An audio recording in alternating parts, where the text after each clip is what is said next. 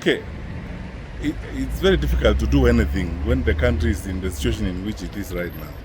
And I have been observing what has been going on in the country since morning. Like many of us who are interested in what's happening in the country. And quite frankly, it's very painful and very unfortunate to see, what is going on in the country, because I don't think there's someone around who thinks we should be living like this every day. And our young people getting out expressing themselves, and the level of violence that we have seen, the level of destruction in the country is unbearable. And we cannot pretend that there are no issues. And this has nothing to do with politics. Whatever side of the political divide you belong to, these issues need to be addressed. I keep asking this question: how many lives are we going to lose before we start listening and reasoning with each other? Because what is being asked here really is attention, and then to ensure that we work in an inclusive manner to address the challenges that we face. And we cannot pretend that the challenges don't exist, and then we live as if those who are raising questions, or those who are on the streets, like our young active Kenyans, are just doing it for any other reasons except trying to address the real issues that they deal with on a day-to-day basis. So for me and many of us, really, it's a very, very sad day, and very painful. If we were a little more open and more focused in addressing some of these issues, we should not have gotten here this year. Because when this happened last year, there are promises that were made that were never fulfilled. Personally, I've been thinking, actually, and maybe I'll speak about this some more when I get out and start having conversations with people. We needed an open public inquiry on some of these things, and on all things that are being raised, whether it's about unaccounted for deaths and so on. We need an open public inquiry on these matters so that issues can be resolved and can be addressed effectively and conclusively. We cannot go on like this, because the question you ask yourself every day is: how many more lives are we going to lose before we start listening and reasoning with each other? And what else needs to happen before we get to a point where we forget about whether it's politics or whatever the issues are, and focus really on the questions that we are being asked at this particular time?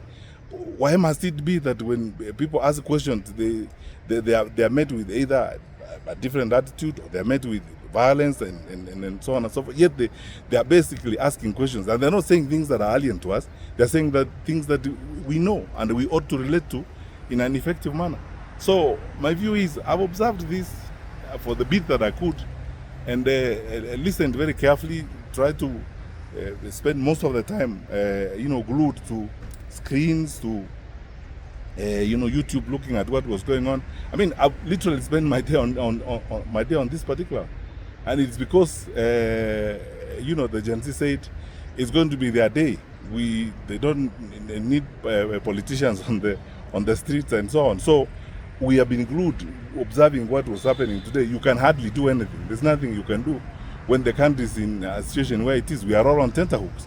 We don't know what is going to happen. And the level of destruction and violence we have seen across the country, honestly, what is it going to take for us to listen, for our leaders to get to a point where they say, let us listen and reason with each other?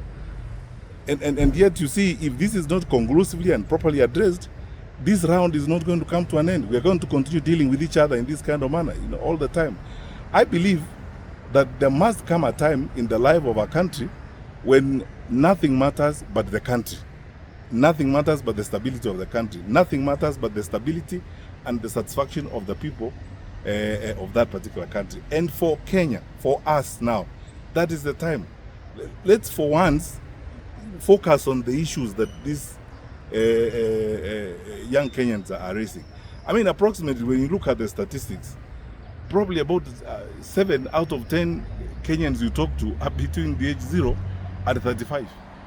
Now, the 3 out of 7 who are 35 and above, we cannot fail to listen to the bulk of our population and focus on the welfare and the interests of the bulk of our population.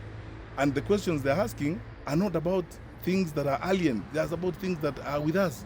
So let's forget about many of these things and focus on the solutions that we need to deal with to the challenges we have. These questions I've asked about inclusion, the questions I've asked about what needs to be done in employment, how to handle education, because most of these frustrations, it's true, as some parent was telling me, some of our children are genuinely traumatized.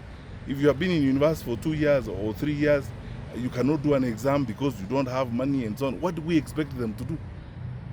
If you have been in school, you are facing a stage exam and you need to move to the next level. Now you don't know whether capitation has come or not. You don't know what is going to be done. What is expected of us? Most of our young people are genuinely traumatized, and this is the result of that. So we can't pretend that all is fine and dandy, and therefore we shouldn't even be raising this issue in the first place, or we start ascribing them to other things, or it's politics, it's so and so. This is why I always say, let us not spend time